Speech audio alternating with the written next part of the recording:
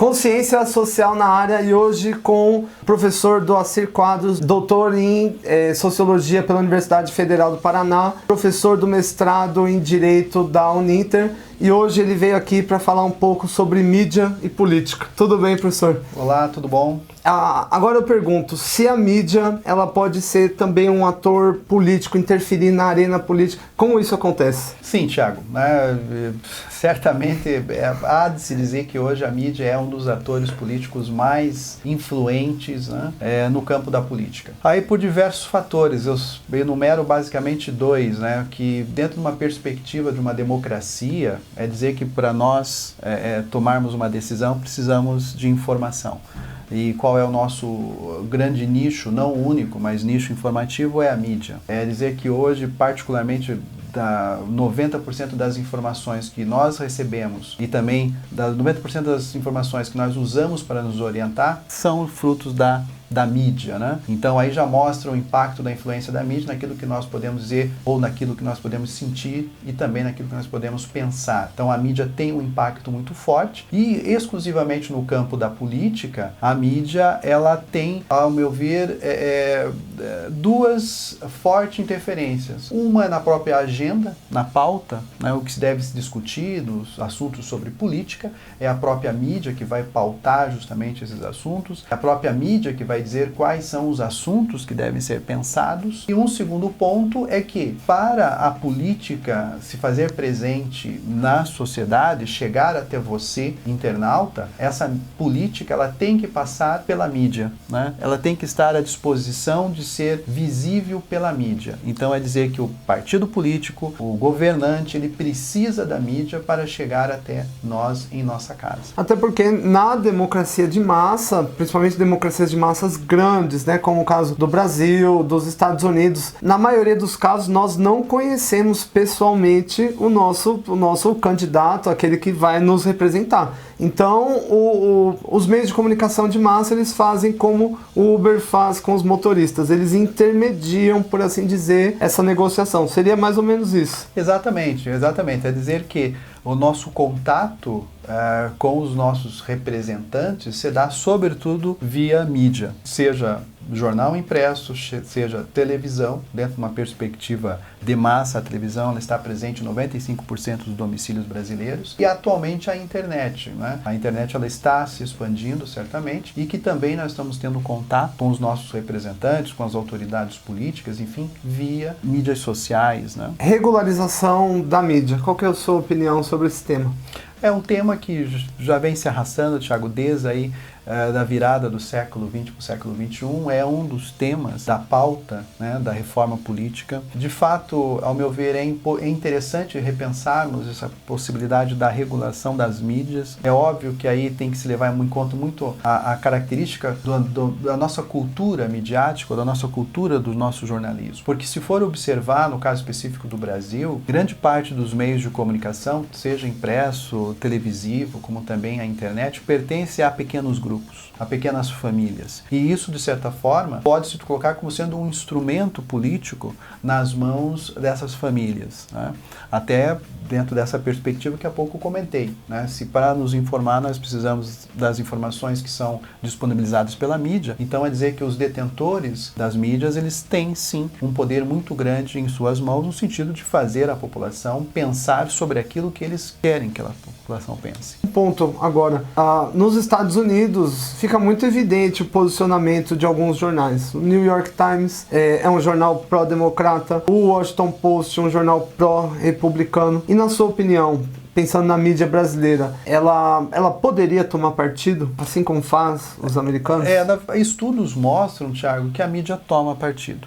Toma partido. É claro que, por vezes, de maneira não explícita, de maneira velada, sobretudo os grandes meios de comunicação hoje aqui no Brasil.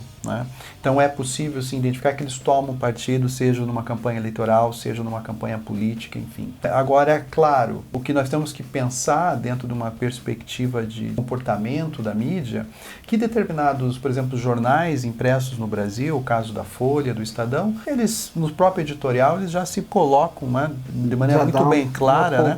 Exatamente, quais são os posicionamentos deles sobre determinado tema, assunto, né? Parece-me que os grandes jornais, as grandes revistas, Carta Capital, Veja, Isto É, isso fica muito claro, perceptível até pela questão, né, do editorial desses veículos, né? Os pequenos veículos, pequenos jornais, esses sim, né, por vezes ainda eles estão tanto quanto aí, tomam partido, mas não fica muito bem claro, né, para o seu leitor, o seu telespectador, aquele que acompanha diariamente. É importante.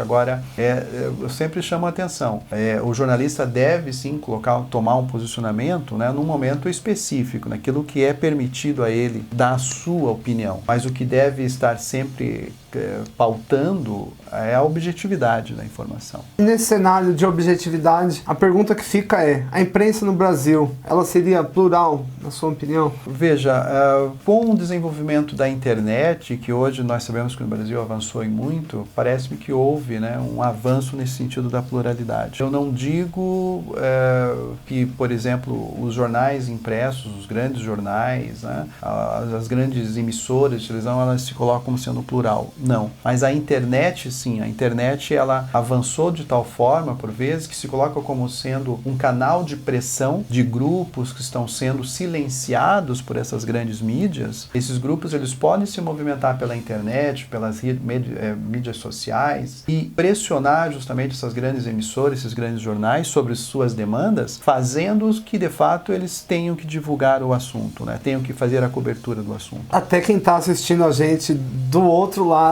está presenciando. Não é um programa fomentado no mainstream, nem financiado por Jorge Soros, por Rede Globo, por ninguém. Enfim, isso está se tornando cada vez mais comum, né? As pessoas comuns tendo voz, se manifestando. Bom, e aí fica a pergunta, quanto ao cenário da internet, pensando que existem os cyber-otimistas que pontuam, enfim, alguns são extremos, né? Pontuam que talvez até o governo se torne algo obsoleto, que a autogestão, ela pode se fomentar até via um grupão de WhatsApp, né? E numa outra ponta haveriam cyber-pessimistas, né? Que pontuariam, não, se o cara, ele já era alienado já nos meios de comunicação de massa tradicional, ele só vai usar a internet para replicar esse hábito já internalizado. E o Doacir, nesse ponto, será que ele se enquadra de um lado? Será que se enquadra do outro? Será que no meio termo?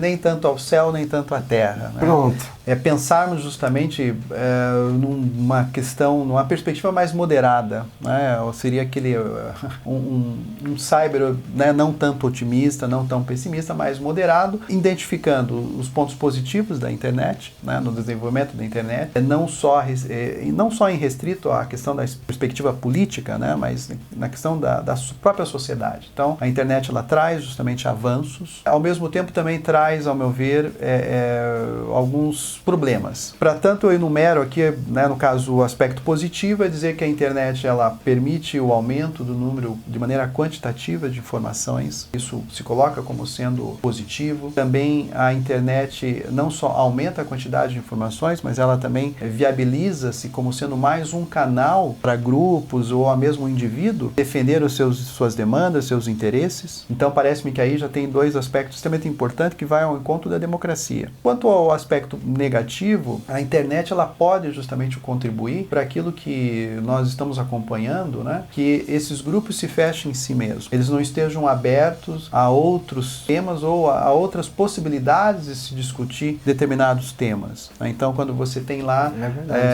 um grupo que defende exclusivamente, por exemplo, uma perspectiva, né, da liberação das drogas. É dizer que esse grupo ele fica restrito somente a esse espaço, mas não está aberto a outras possibilidades de se pensar esse assunto, né? E que, de certa maneira, irão de encontro ao posicionamento desse grupo. E isso não é favorável à democracia, porque eu acho que a democracia ela tem que ser pensada como sendo o resultado de um espaço de debate, de reflexão, em que diferentes pontos de vista são postos, né? E você passa a refletir sobre esses diferentes pontos de vista. Esse é um ponto muito interessante, que até o algoritmo das redes sociais, eles criam uma espécie de bolhas de identificação ideológica. Então, dependendo, como você disse, se eu sou a favor da liberalização das drogas, se eu tenho alguma ideologia bem delineada ali, bem definida, a minha rede social, ela vai priorizar pessoas que tenham o mesmo comportamento ideológico, o que vai deixar, às vezes, a ilusão de que o meu ponto de vista, ele é o hegemônico, ele é o comum, o normal, por mais exótico que ele seja. E aí também tem um outro detalhe, Thiago, que também eu acho que é algo que a própria internet hoje está contribuindo de maneira negativa, é a questão do discurso pautado muito na questão do ódio. Porque, veja bem, nós estamos aqui conversando agora, eu estou falando o meu ponto de vista, estou olhando para você. E o teu comportamento já vai me dar um sinal se de fato eu estou ultrapassando os meus limites. Por exemplo, te ofendendo. Claro. Não, isso não acontece, por exemplo, numa mídia social, né? Seja lá no WhatsApp, no Twitter, você posta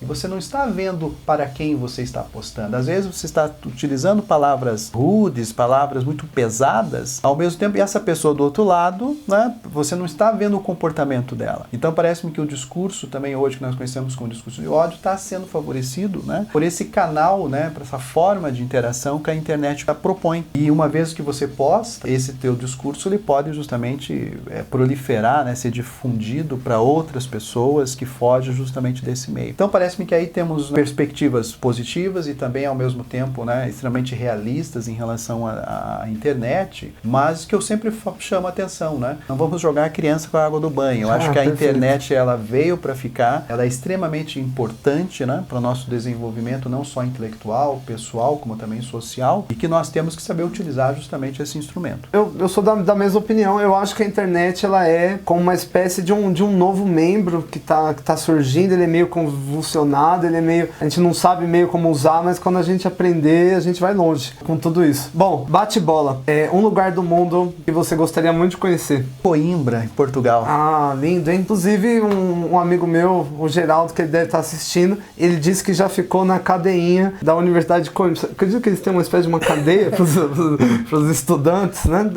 Por que será, hein, Geraldo? Por que será? Geraldo na cadeia.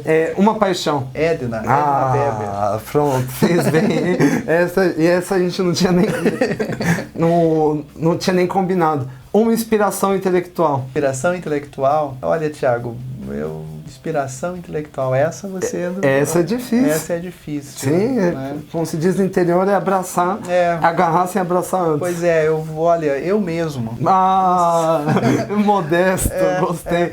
Eu digo isso porque para... É a minha inspiração. Exatamente, toda eu falo, eu fico pensando realmente em eu mesmo. Pronto, qual é o próximo livro na cabeceira aguardando para ser lido? Perfeito, Presidencialismo de Coalizão, do Sérgio Abranches. Ah, perfeito, perfeito. Planos para o futuro? Amanhã, descansar. Ah, perfeito. Bom, gente, se você gostou, curte, comenta, se inscreve aqui no canal, ativa as notificações no sininho para não ficar por fora de nada. É isso aí. Muito obrigado, Doacir. Paz. Foi um prazer. Tamo junto.